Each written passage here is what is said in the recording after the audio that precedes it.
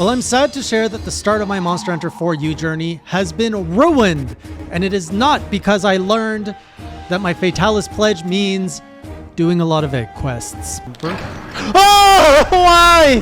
Why? Welcome back, Classy Crew, to the very first journal in my Monster Hunter 4U journey. This is like my 6th, maybe 7th, maybe 5th. I really wanted this game to be so good, and it started off with so many technical problems that it impacted my first impression of the game, which is really unfortunate, but I hope it's all smooth sailing after this. Let's talk about that before I share my first impressions of the game itself. Literally, I had everything set up, ready to stream last week, and it was on my 3DS. I had the capture card and everything, and about 15 minutes before the stream was set to start, my capture software that's connected to the 3DS it just kicked me out. So anyways, I was shocked that I need a product key because I don't have that anymore. I got this thing 6 years ago. So I quickly looked up what to do, and other streamers shared they had the same problem where they got randomly kicked out of their software. And the only way to get the product key is you have to send your device ID to the manufacturer that does the capture cards. And then you have to pray and wait that they respond. And these comments were saying it can take anywhere from 15 minutes to 24 hours for them to respond. So I was like, what do I do? The stream starts in 15 minutes. You know, I built up this hype of we're going to stream for you, we're going to start the journey, and then just turn on the camera and being like, nope, we're going to go play 3U or something. I couldn't do that. So I quickly gathered, found Citra, never used this thing in my life, and within 15 minutes got it running for you. But man, was it problematic. What I learned is Citra requires a ton of custom codes and cheats and configurations to run for you properly. Otherwise, you're stuck with a bunch. What is this? Oh my goodness. What a horrendous experience. The next day I woke up and an email came in. It's like, here's your product key. So for the future, I can either do the 3DS run or I can refine the emulator. It sounds like the emulator doesn't remove all the bugs, so I'm really just tempted to just restart everything on the 3DS. I didn't do too much progress, and I would do that before the stream, hopefully. Those were my problems, but despite that, I got to experience some good things about Monster Hunter 4U. First of all, character creations. This is when we start thinking about, how does this tie to the other games and creating some lore? So I decided to go with an older character this time. I don't know why, but I feel like a veteran now, so I feel my character needs to represent it, even though 4U takes place after 3U, I think, and takes place before World, which I don't know. So I also got Senior Classy or Sir Classy. Sir Classy is now my palico for this one. And I just want to bring attention to the fact that the Strawman face is an option in character creation. That's so left field. When I was watching that back, I was like, this would actually make a really interesting anime using some of the characters in the character creation screen. So I got my look going. My initial impressions of just the game from a visual standpoint is everything is so much brighter. 3U was a little bit more glum. It was a lot more blue. Here it's very orange bright, and I don't know, it's because we're in the desert, but yeah, everything's bright. The controls feel a lot smoother, and I don't know if this is a emulation thing or not, but just moving around, there's a faster pickup and stop compared to 3U. 3U has an even kind of slower, when you tilt the joystick, there's a little bit of a weight as you feel like the weight shifting for that character to move. Now, in terms of the game starting, the game opens up, you're on a ship, you're hunting. I don't even know if you're hunting or if you're on your way to town. I think you're on your way to a town, which I forgot the name and I didn't write it down. And you have this guy with the red hat. I guess I should have written his name down too. I am so not used to writing notes about the story of Monster Hunter 4, about Monster Hunter in general. So anyways, we're on our way to this town and there's a dude I meet with a really cool red hat. But what stood out to me is the monster, and I wrote down that name. That is a Daren, which, why did they create a whole different whale creature instead of using Genmaran again? I don't know. But anyways, so we have a new whale, and it basically recreates the fight of 3U of Gen, only on super tutorial mode. And that was so cool, but again, I had so many technical issues that it kind of took away from the epicness of starting the journey, which I'm like, that's unfortunate, because this is an awesome way to open the game. I really like that. Oh yeah, the whole point where his hat flies off just creates some nice charm, and then you have to go get the hat back for him, and then turns out there's a scale or something in the hat, which I assume is going to play a part to the story later. It was shown in a very kind of foreshadowing way of this thing's going to be important. So we'll see what happens there. So now we've joined the Capital C. I've learned that we're part of a group called the Capital C, where he needs a hunter, a cook, something else and himself. And I don't know what we're going to do together, but we're going to explore the world. This sounds almost like the setup for JoJo's Bizarre Adventure Part 3 when they go off on an adventure in a group of multiple men. One thing I absolutely love, and I don't know if this is the standard of the game, but the fact that every single one of your quests is assigned by a villager. And so far, this is what I'm seeing. So I don't know if it's going to change later.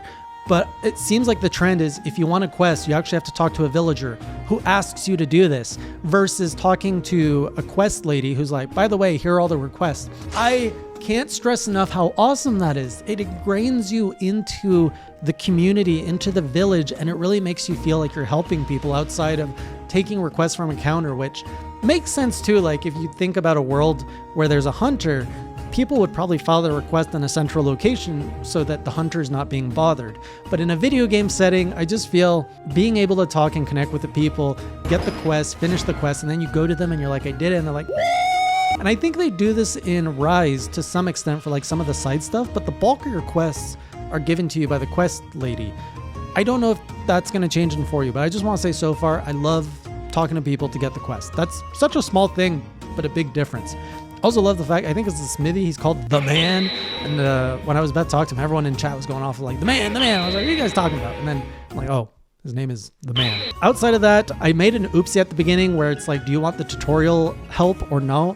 And I really want to say no, but I accidentally, I guess, said yes. So now I'm getting all this like kind of obnoxious tutorial stuff. But I have to say, if it was my first game and I was learning, I feel it's given to you in the right amount, and I think the game does a really good job at easing you in of like, okay, we're gonna go get some mushrooms, here's how you gather, here's how you craft. It does walk you through all of the mechanics I think a Monster Hunter game needs to, and it's unfortunate because I'm in tutorials, so I have to like go through all this text that I don't need to know. I really don't need to know it, so it's slowing me down because I'm like, I just want to go hunt something, give me a monster. And finally I did get a monster. First one is the great, wait, was it the first one? So I said I would go with Charge Blade. I went with Charge Blade, and I did get to practice with the Great Jaggy. I think it's Great Jaggy. I have to say, as someone who has slightly experienced Charge Blade in the other game, it came to me so fast in this game. It was just like, first, you slash the beast with your sword, the monster with your sword. You charge up your files. You put the files in the shield. You charge up your shield. You charge up, you get some more files, and then you pull out your axe, and you just freaking Saeed that thing to death. It is pure endorphin, and I feel as I'm describing it, that's exactly how Charge Blade works. But there's something simpler about it in 4U that makes it so easy to understand. I definitely know that in the newer games, you can charge your sword as well, which is not something you can do in 4U. So I don't know if it's that element that's confusing me, because I remember in the newer games, you have to charge your shield, you have to charge your sword, you have to charge your axe. Like there's so much charging to do. But in this one, it's just get your shield red, get your files. BAM! Big Saeed. And just for experimentation's sake, when I was fighting the Great Jaggy in the arena or the like tutorial quest, I figured let's try the switch axe just to see what it feels like. Night and day, I'm like, oh my goodness, the switch axe feels slow. It took me longer to kill the monster despite it having the same health, whereas the Charge Blade just melts the monster, and it feels so fluid and good. Like, am I changing? Am I moving on from my first love? Am I becoming a Charge Blade main? I don't know, but I can say I'm enjoying it. So this is looking really promising for what the next, and I've already got my Charge Blade with some green sharpness. So I'm already over the challenge I had in Rise. And then I got to fight a new monster, the Celtus. I was so excited to fight my first bug. And it really accentuates how much this game introduced, I think, verticality, because now we're climbing walls. There's a part where he's resting on the wall. I'm like, oh, how do I get you? I can't can I attack on the wall? I don't know. So I went to the top of the cliff, I jumped down, and I just went whoosh, and I just hit him down.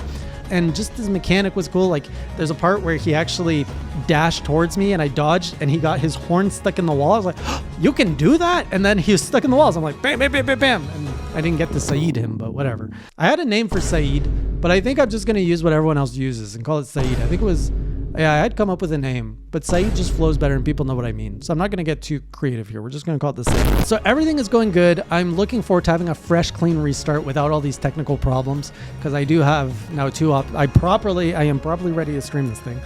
And I just have to say, the fact that I I could have never guessed in a million years Fatalis, one of the Fatalis versions, I don't know which one, is tied to a series of egg quests, is the biggest bullshit ever. I thought I was making a pledge for proper difficulty. It's never been tied to, nothing has ever been tied to egg quests before. It's always been the trolley quest that you have to get over. But now I have to do like all of them or a big series of them just to unlock Fatalis to complete my pledge. It's always like this. I always try to do a pledge to like challenge me a bit, and I always somehow fumble into something ridiculous. Like, otherwise, I will see you on the next journal with hopefully a more stable version of 4U, probably on the 3DS, maybe on Citra for whatever reason. I find a way how to smoothen all that out.